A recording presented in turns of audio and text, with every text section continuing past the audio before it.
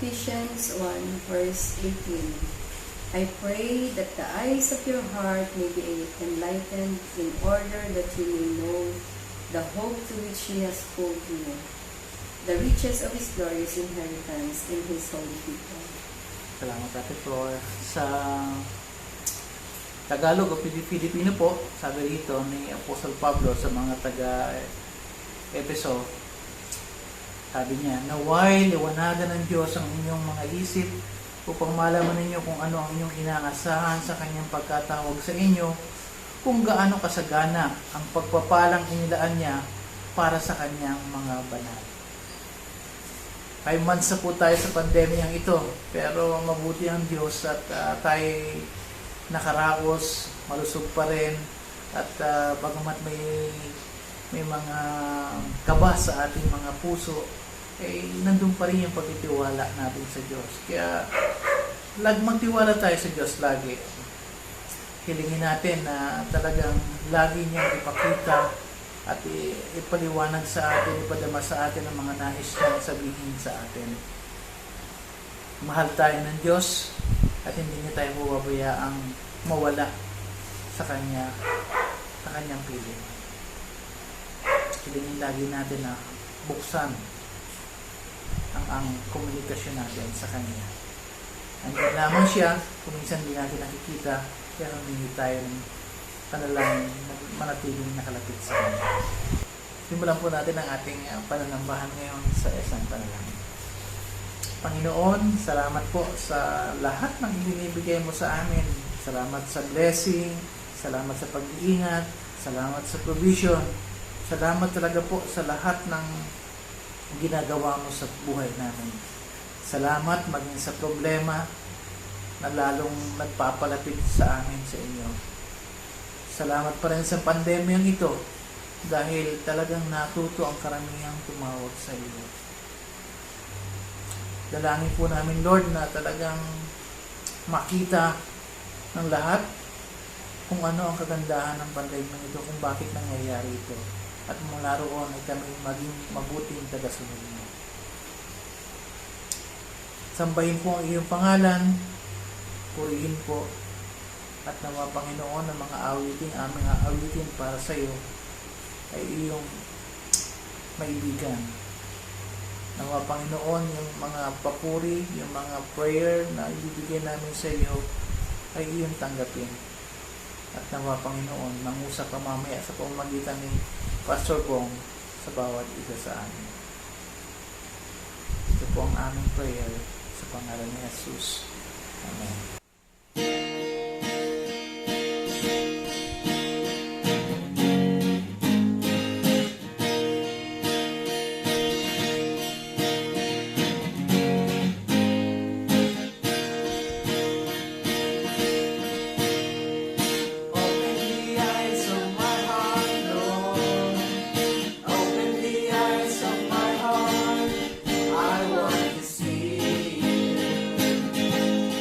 I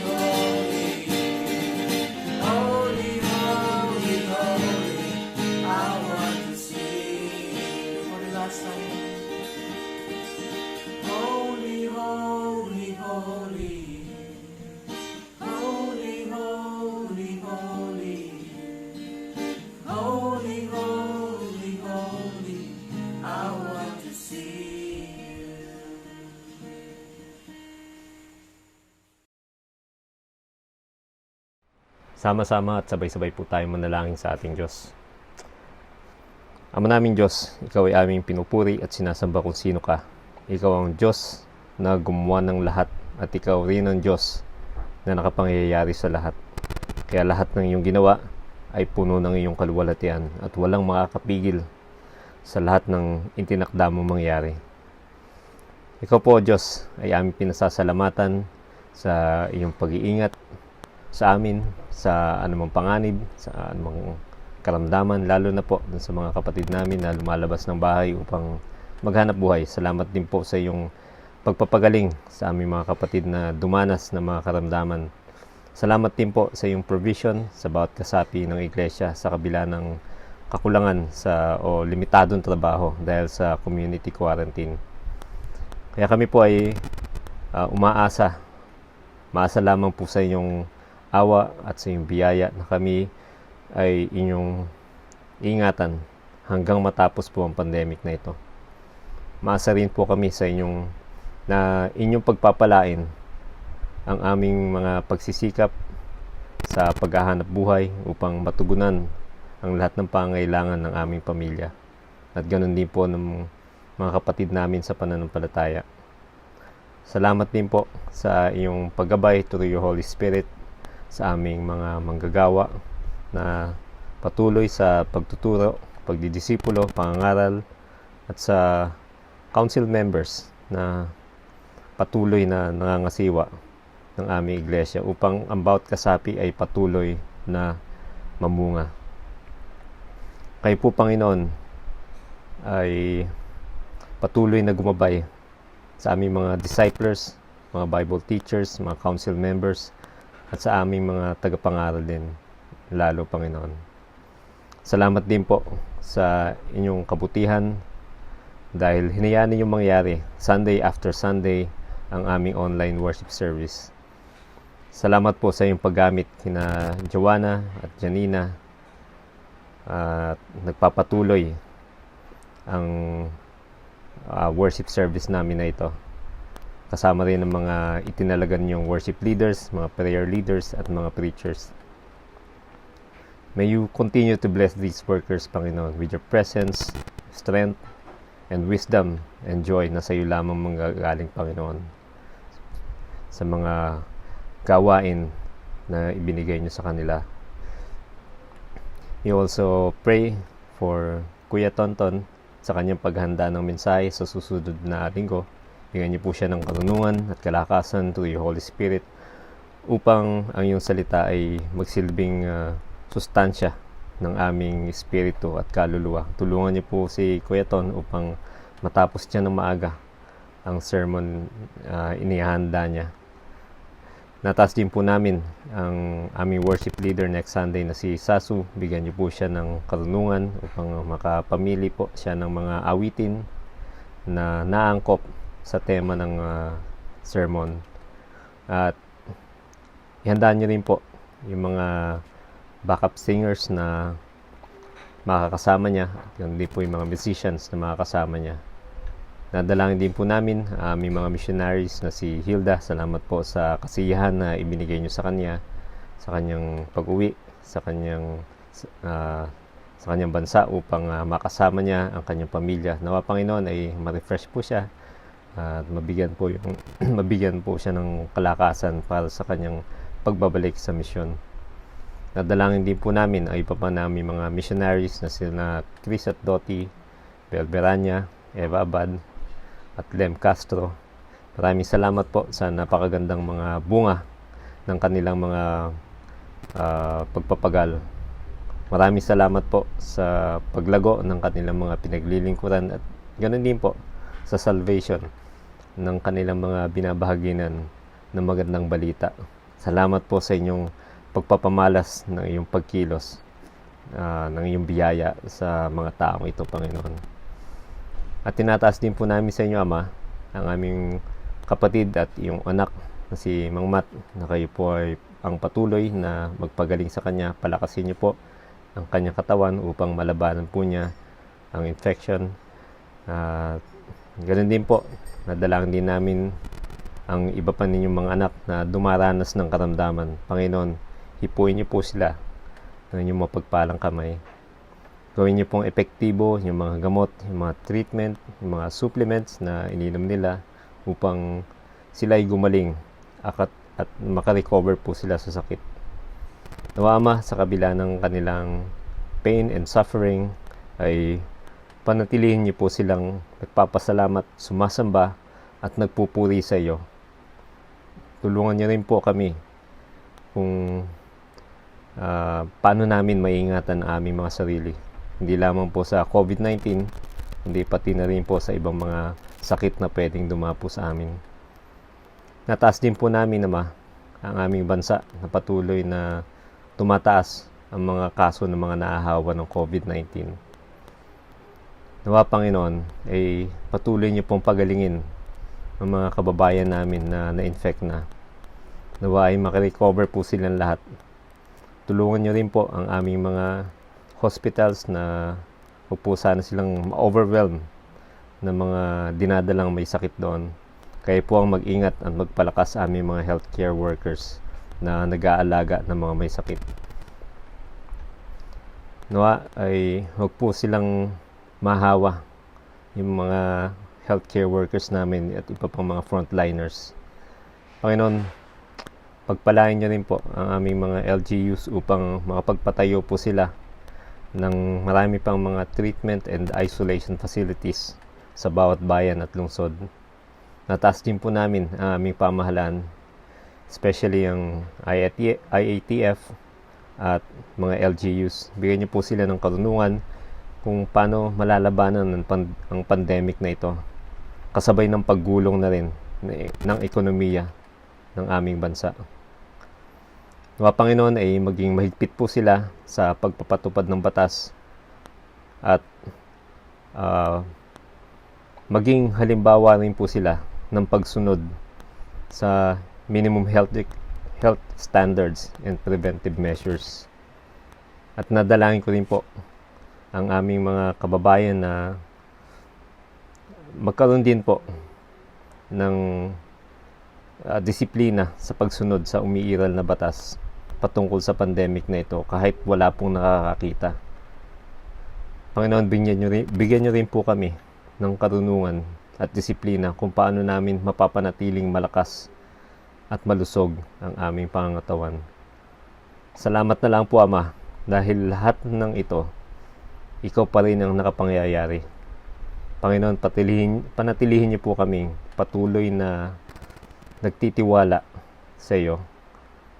Nagtitiwala na lahat ng ito will work for the good of those who love you and those who are called according to your purpose, upang ang bawat isa sa amin ay mahubog upang maging kawangis ng iyong anak na Jesucristo.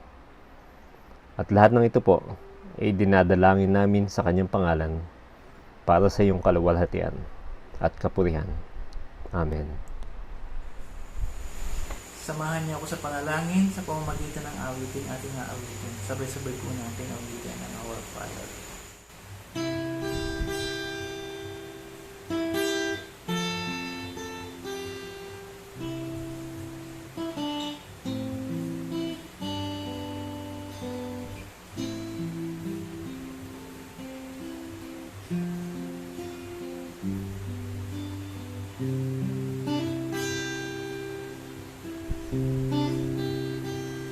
Hear our prayer. We are your children, and we gather here today. We gather here to pray.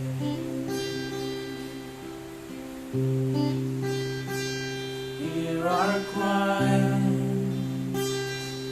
Lord, we need your mercy and we need your grace today.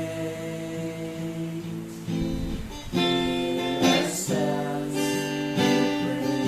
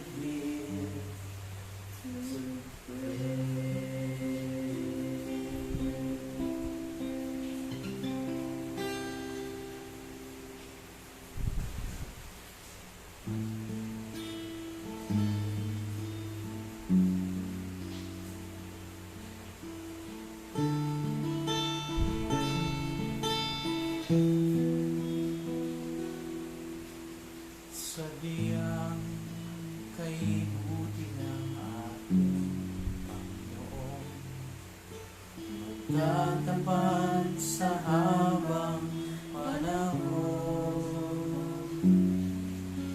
maging sa kabila ng ating pagkukulang. Biyaya niya'y patuloy na daan,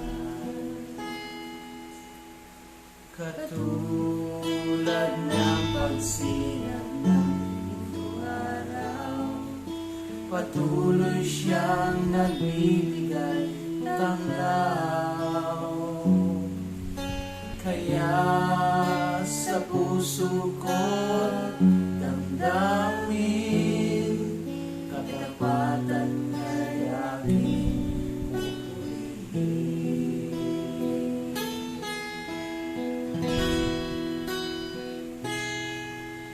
Dakila ka, O Diyos, tapat ka ng tunay, magmula pa sa ugat ng aming lahi.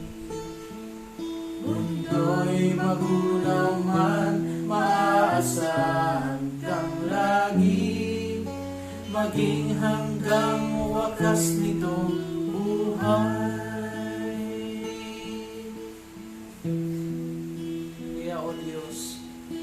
Kaya, O Diyos, kita'y aking pupurihin. Sa buong mundo'y aking aawitin. Dakila ang iyong katapatan, pag-ibig mo'y walang hanggan.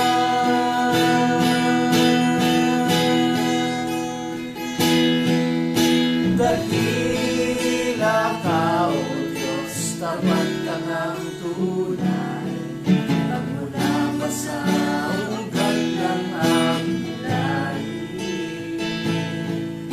Mundo'y magunaw man, maaasahan kang lagi, maging hanggang wakas nitong buhay.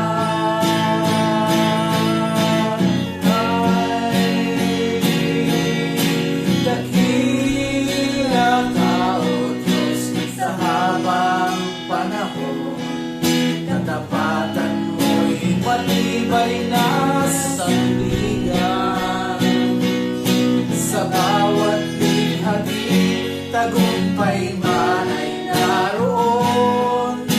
Daluyan ang pag-asa kung kailan ay ginahon. Pag-ibig mo'y alay sa amin noon hanggang ngayon.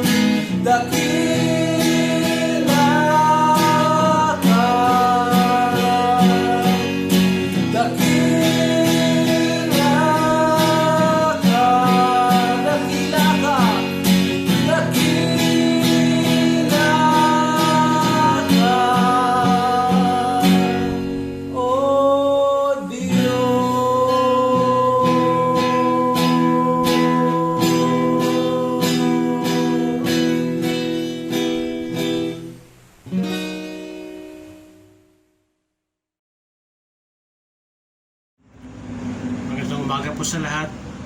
Kamusta na po kayo? So August 15 po ay 5 buwan na tayong naka-quarantine.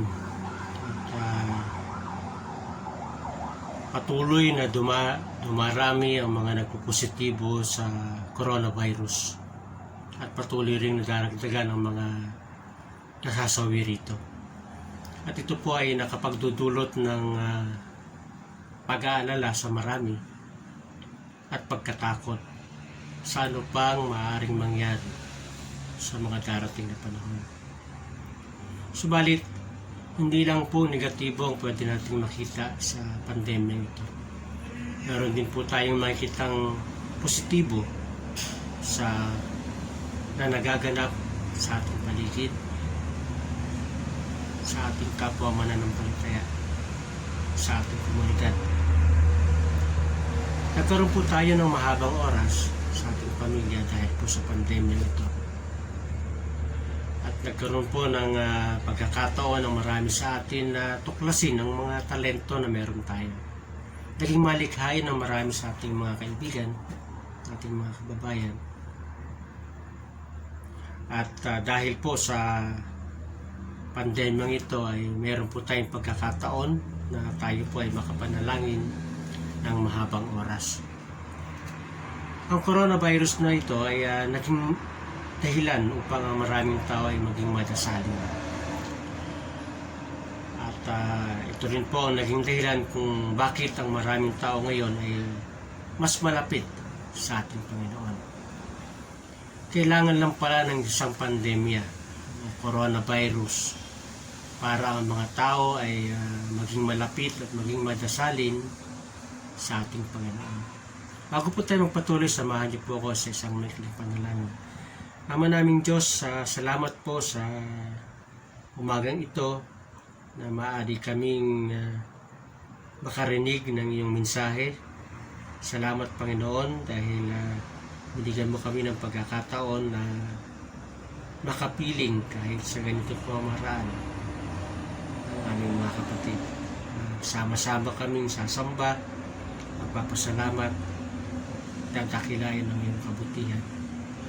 Salamat po Diyos, dalayan ko ang iyong pagsama sa akin at paggabay ng banal na Espiritu at ang pakikisama ng iyong anak na si Jesus. Maraming salamat po.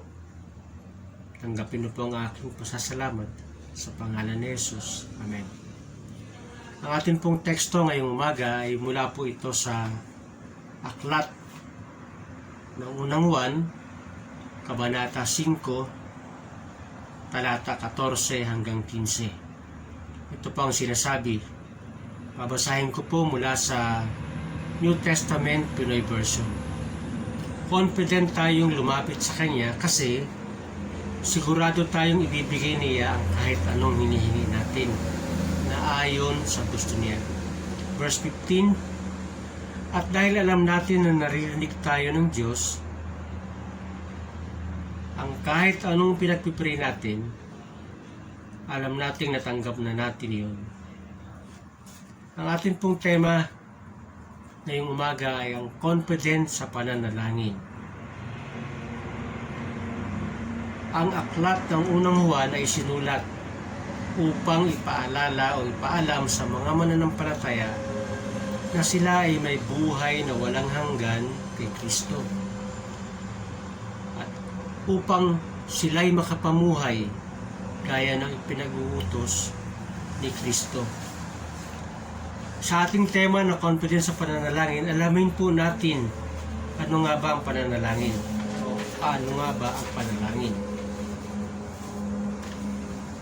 Ang panalangin ay tumutukoy sa maraming bahagi ng pakikipag-ugnayan ng mga mananampalataya sa Panginoon. Ang pananalangin ay pakikipag-usap kay Jesus. Ang pananalangin ay pagsasabi natin sa Diyos ng ating mga ninanais. Lahat ng bagay na matuwid at kinakailangan na may pagtitiwalang kakamtan natin ng mga ito sa pamamagitan ng ating Panginoon at Tagapagligtas na si Jesucristo. Ang unang inuutusan ng Diyos na manalangin ay ang mga mananampalataya. Ang utos na manalangin ay nagmumula sa mga labi ng mga salmista. Makikita po natin ito sa unang Kroniko, Kapitulo 16, talatang 11. Sa mga labi ng propeta, mula po sa Isaiah 55, talatang 6. Mula sa labi ng mga apostol, unang Tesalonica 5:17. At ng Panginoon mismo natin. Mula po ito sa Mateo 26, talatang 41. Ninanais ng Diyos ang ating pakikipag-ugnayan. Sa pamamagitan ng pananalangin ay napapanatili natin ang ating kaugnayan sa Kanya. Ito ang dahilan kung bakit mahalaga na tayo ay laging nananalangin. Bago po tayo dumako sa ating mga balangkas, ay basahin po natin ang mga ilang talata bago pa nasulat ang ating teksto ngayong umaga. Sabi po sa unang 1, Kabanata 3, talatang 21 hanggang 23, ito po ang sinasabi mula po sa New Testament Pinoy Version. Verse 21, kaya nga, mga kaibigan, kung malinis ang konsensya natin, confident tayong makakalapit sa harap ng Diyos.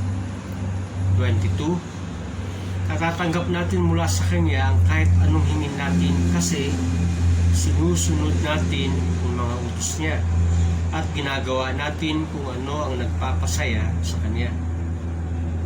Verse 23, ito ang utos ng Diyos sa atin. Maniwala kayo sa anak niyang si Jesus Christ at mahalin natin ang isa't isa gaya ng inuutos niya. Bago po tayo dumating sa ating teksto sa talatang 14 ng Kabanata 5, ay sinulat po ang ganito sa talatang 13. Makapagpapatibay sa atin kung bakit po tayo confident na makakapanalangin. Ito po ang sinasabi mula po sa New Testament Pinoy Version. Sinusulat ko sa inyo ito para malaman ninyo na kayong mga naniniwala sa anak ng Diyos ay may buhay na walang hanggan. Ito po ang dahilan kung kaya tayo ay confident na makapapanalangin sa ating Diyos. Confident tayong manalangin dahil sa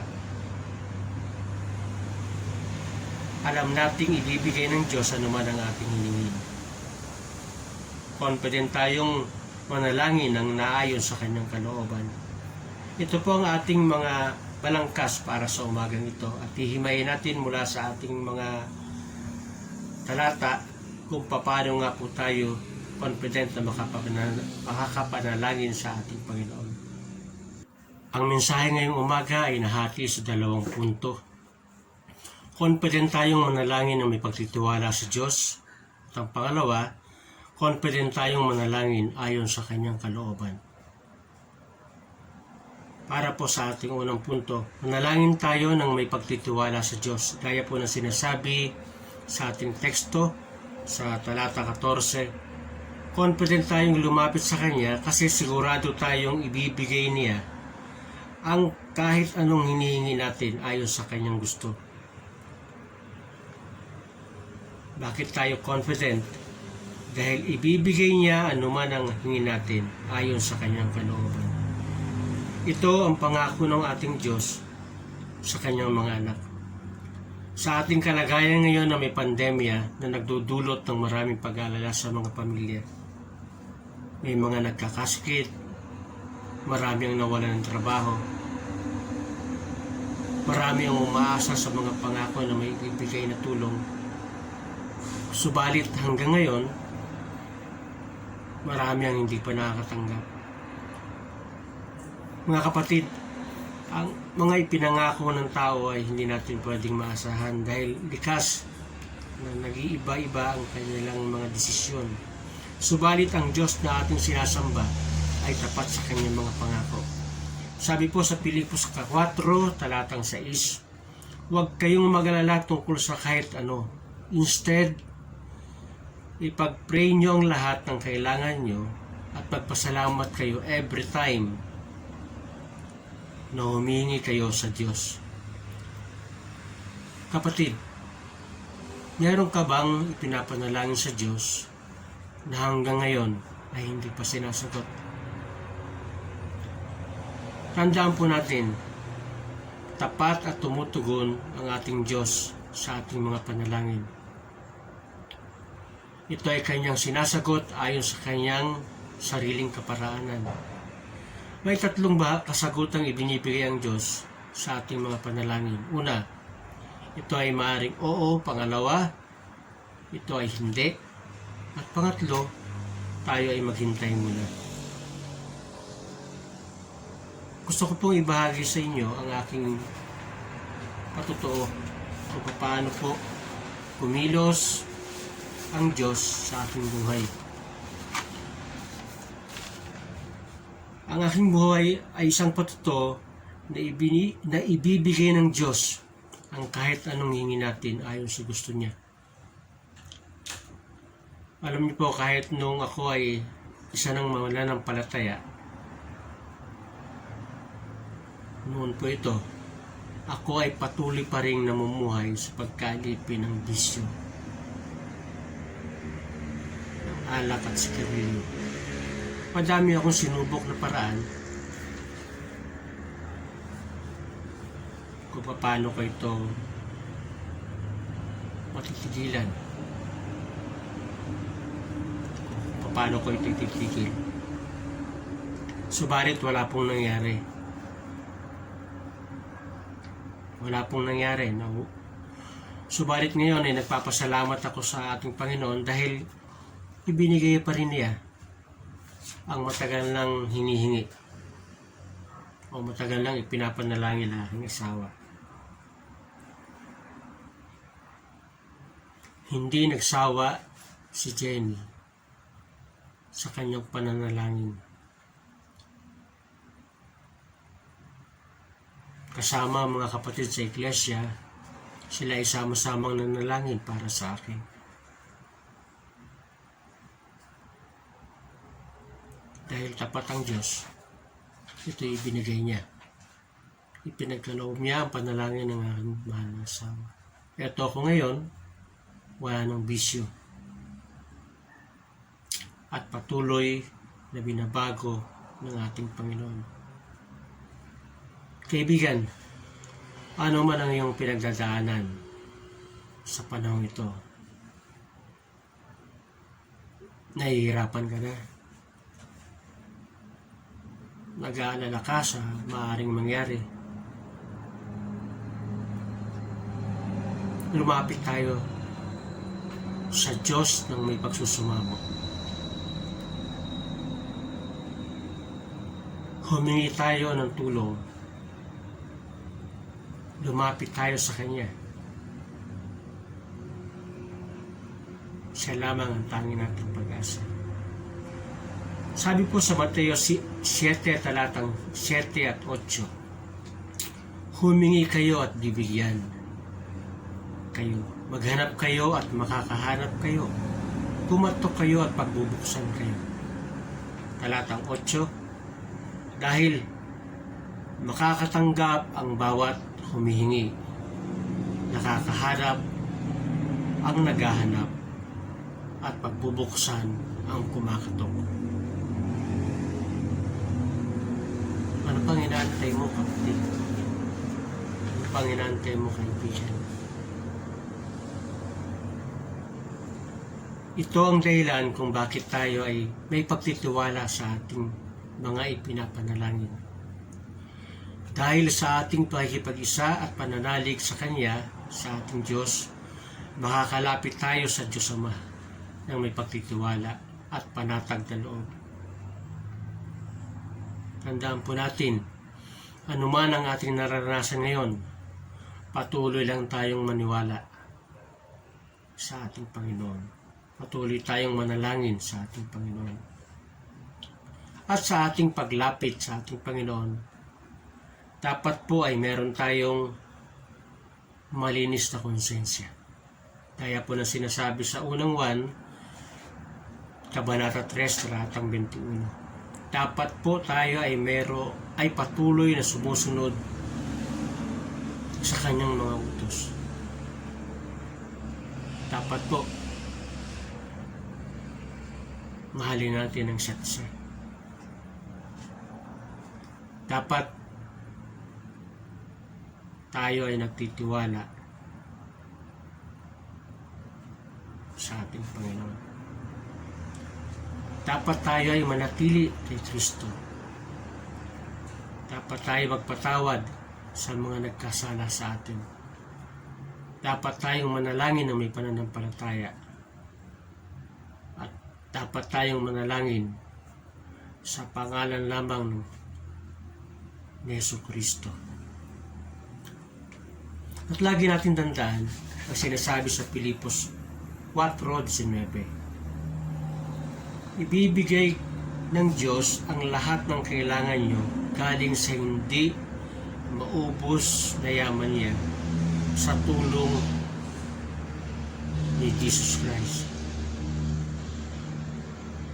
Confident tayong manalangin sa Diyos dahil narinig ng Diyos anuman ang ating hingin. Sabi sa talatang 15, at dahil alam natin na narinig tayo ng Diyos, ang kahit anong pinagpipray natin, alam natin natanggap na natin ito. Matapos nating matiyak na ibibigay ng Diyos anuman ang ating hingin, patuloy po tayong manalangin sa Kanya. Dahil alam nating tayo ay Kanyang naririnig. Ang katunayan na narinig ng Diyos sa ating mga panalangin ay nandito ka ngayong umaga. Nandito tayo ngayon. Buhay pa, malakas,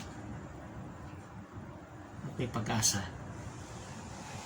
Dahil kay Kristo. Maglilimang buwan na tayong nasa ilalim ng iba't ibang uri ng quarantine level. Naranasan natin na mag-alala para sa kalusugan ng bawat miyembro ng ating pamilya.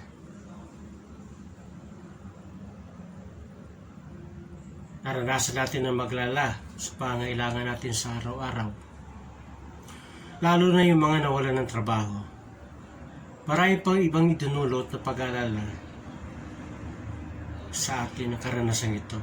Ang lahat ng iyan ay nalampasan natin. Sabi ko nga, nandito tayo ngayon, nagpapasalamat, nagpupuri, sumasamba sa isang Diyos.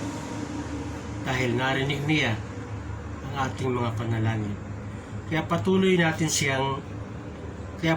niya tayong iniingatan at ibinibigay ang lahat ng ating pangangailangan. Kapatid, ano man ang isinisigaw ng iyong puso, naririnig ka ng Diyos. Yan po ang tiyak. Naririnig niya ang iyong mga daing, ang iyong mga pagluha. At higit sa lahat, naririnig ng Diyos ang iyong mga ipinapanalangin. Ang Diyos na ating dinadalanginan ay buhay at makapangyarihan. Kaya patuloy natin siyang sambahin at sundin ang kanyang kalooban. Narito ang ilang mga talata na nagpapatotoo sa kanyang mga pangako. Juan 9, ikadalawang bahagi ng talatang 31.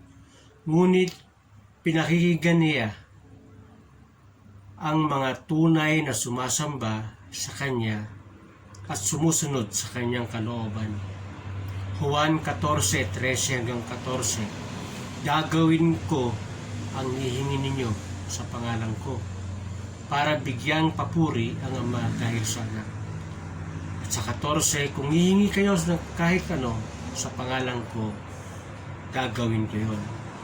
Ito po ang sinasabi sa Kawikaan 15:29. Pinakikinggan ni Yahweh ang daing ng matuwid. Ngunit ang panawagan ng masama ay di dinirinig. Confident tayong manalangin ng ayon sa kanyang kalooban. Sabi sa verse 14 ng ating teksto, confident tayong lumapit sa Kanya kasi sigurado tayong ibibigay niya kahit anong hingin natin ayon sa gusto niya. Kung ang ating pananalangin ay confident tayong ibibigay niya at naririnig niya tayo, dapat ang ipinapanalangin natin ay ayon sa Kanyang kalooban o ayon sa Kanyang gusto. Kamusta na?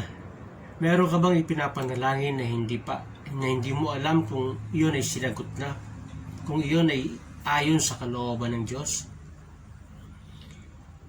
Meron ka bang panalangin na hindi pa sinasagot? Malalaman natin na ito ay kalooban ng Diyos kung ito ay magbibigay ng kaluwalhatian sa Kanya. Sa sitwasyon natin ngayon na may COVID, marami ang nagtatanong kung bakit nangyayari ito sa atin. Hindi lang dito sa atin, kundi sa buong mundo. Marami ang nagtatanong kung ito nga ba ay kalooban ng Diyos sa atin. Isang tiyak, mga kapatid, ang lahat ng nangyayari sa mundo ay may kapahintulutan ng ating makapangyarihang Diyos. May mga ilang bagay na dapat nating alamin na maaaring makatulong upang malaman natin ang kalooban ng Diyos.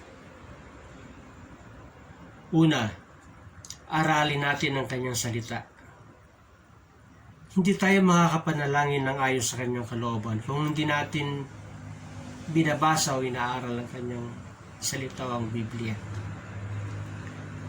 Sabi sa Juan 15:7, kung mananatili kayo sa akin at nananatili sa inyo ang salita ko, hingin ninyo ang inyong maibigan at ipagkakaloob ko sa inyo. Malinaw na hindi tayo pwedeng manatili sa ating Panginoon o sa ating pananampalataya kung hindi nananatili ang Kanyang salita sa atin. At kung hindi ito mananatili sa ating puso at isip, kung hindi natin ito patuloy na aaralin, bibigyan ng oras, bibigyan ng panahon. Ang isa pang maaaring makatulong upang malaman natin ang kalooban ng Diyos ay ang kilalanin natin si Jesus ng lubos. Ano ang pagkakilala mo kay Jesus? Sa iba, pag nagipit at nangailangan ng pera, ang pagkakilala nila kay Jesus ay para lang ATM na maglalabas.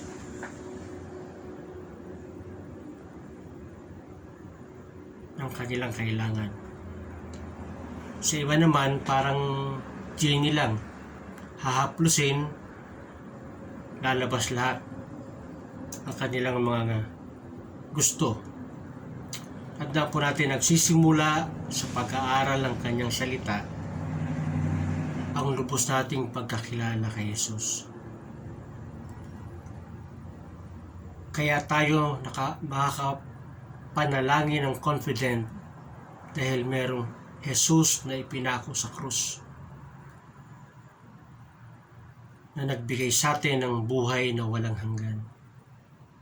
Tandaan po natin, hindi natin malalaman ang kalooban ng Diyos sa ating buhay, sa ating mga ipinapanalangin kung hindi natin kilala ng lubos si Jesus. Sabi sa Juan 14:13, anumang hilingin ninyo sa Ama, sa aking pangalan ay gagawin ko upang maparangalan ng Ama sa pamamagitan ko. At ang pangatlo po na maaaring makatulong upang malaman natin ang kalooban ng Diyos ay ang kilalanin natin ang banal na Espiritu. Sa patuloy nating pag-aaral ng Kanyang salita, makikilala natin kung ano ang banal na Espiritu, kung ano ang itinutulong ito sa ating pananalangin. Sabi sa Roma 8:26 at 27, gayon din naman tinutulungan tayo ng Espiritu sa ating kahinaan. Hindi tayo marunong manalangin ng wasto, kaya't ang Espiritu ang lumuluhog para sa atin sa paraang di magagawa ng pananalita. At nauunawa ng Diyos at nasasaliksik sa puso ng tao ang ibig sabihin ng Espiritu, sapagkat ang Espiritu ay lumuluhog para sa mga banal ayon sa kalooban ng Diyos. Sa kasalukuyan nating naranasan ay meron tayong malaking pag-asa. Dahil may pangako ang ating Diyos na Kanyang tutugunin ang ating mga panalangin ayon sa Kanyang kalooban.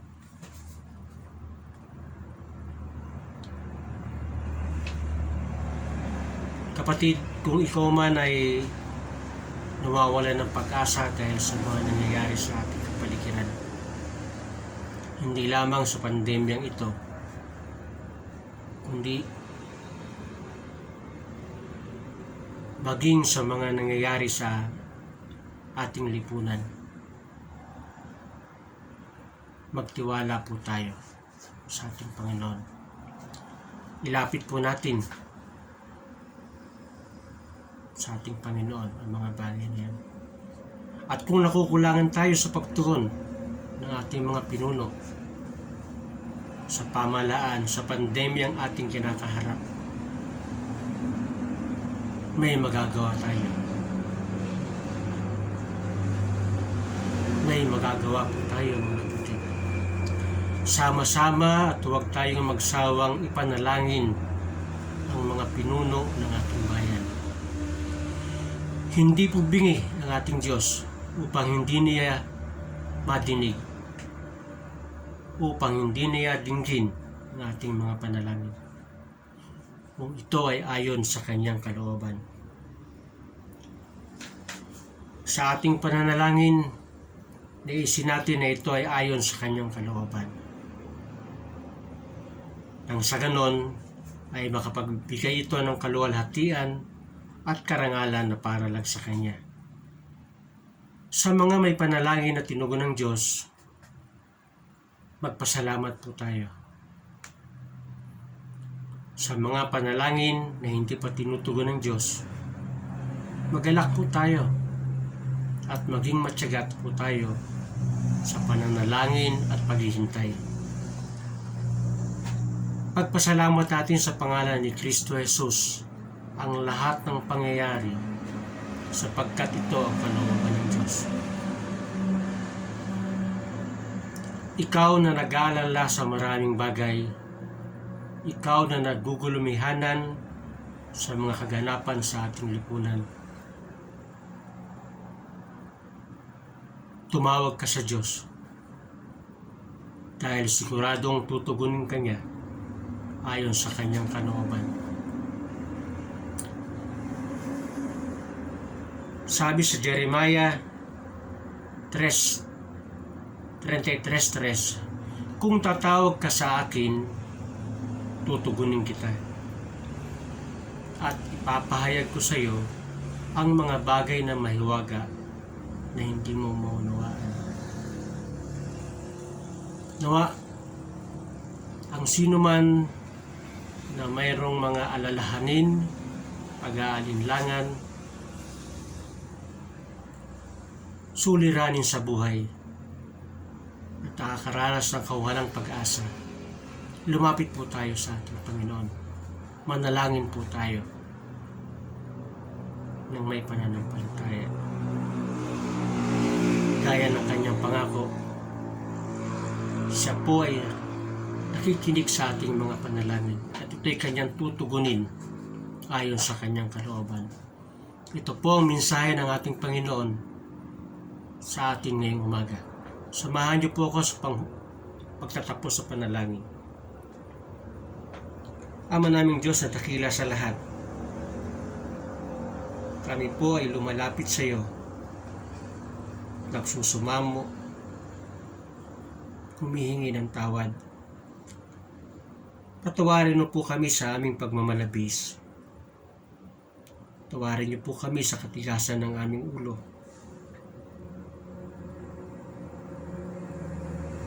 Patawarin niyo po kami sa hindi namin pagsunod sa maraming mga utos. Sabi mo sa iyong salita, kung kami ay lalapit, magpapakumbaba sa iyo, mananalangin at tatalikod sa aming mga kasalanan, pagpapalain mo ang aming bayan at sasaganahin mo ito. Panginoon, nagsusumamo po kami sa iyo. Nagsusumamo na patawarin kami sa aming mga pagmamalabis na ito.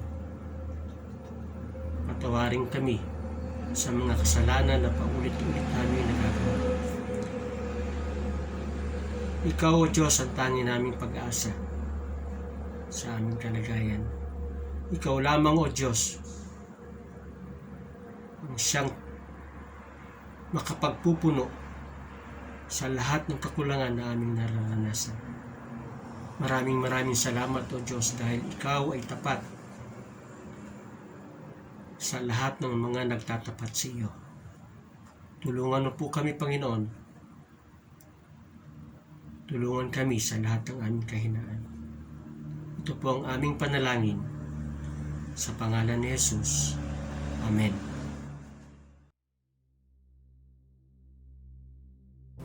Maaari na po nating i-deposit ang ating mga offerings at tithes sa ating LOLCF bank accounts sa pamamagitan ng online transactions. Para po sa Bank of the Philippine Islands o BPI, ang ating account name ay Lord of Life Christian Fellowship of Quezon City, Inc. At ang ating account number ay 228-3100831. Para naman po sa Banco de Oro o kaya naman ay BDO, ang ating account name ay Lord of Life Christian Fellowship of Quezon City, Inc. At ang ating account number ay 0022-102-92774.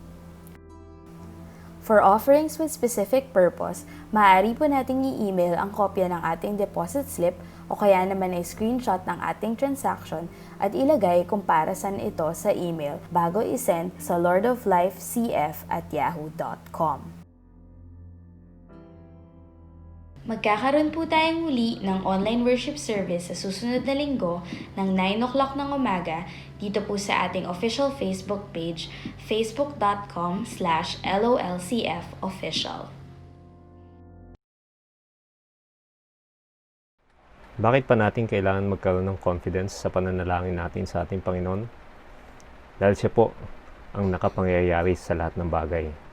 At siya rin ang pinagmumulan ng lahat ng bagay. Tanggapin po natin ang basbas ng ating Panginoon. Pagpalain nawa kayo ng Panginoon at ingatan kayo. Paliwanagin nawa ng Panginoon ang kanyang mukha sa inyo at mahabag sa inyo. At ilingap nawa ng Panginoon ang kanyang mukha sa inyo at bigyan kayo ng kapayapaan sa pangalan ng ating Panginoong Hesus. Amen. Salamat. Salamat sa iyong pag-ibig. Salamat sa iyong presensya. Salamat sa biyaya. Salamat, tinanggap mo kami bilang anak mo. Ikaw po ang maghari sa bawat isa sa amin. Buhay na namin ang sambahin at purihin. Kalasing, salamat. Buhay ko na ang purihin ka. Buhay ko na ang sa'yo'y sumamba. Wala nang ibang nanaisin pa, kundi pasalamatan ka. Buhay ko na ang purihin ka. Buhay ko na ang sa'yo'y sumamba. Wala nang ibang nanaisin pa, salamatan ka. Kung aking napasdan ang kalawakan, hindi ko maunawaan ang iyong dahilan kung bakit ako'y hindi mo tinalagaan. Di ko kayang isipin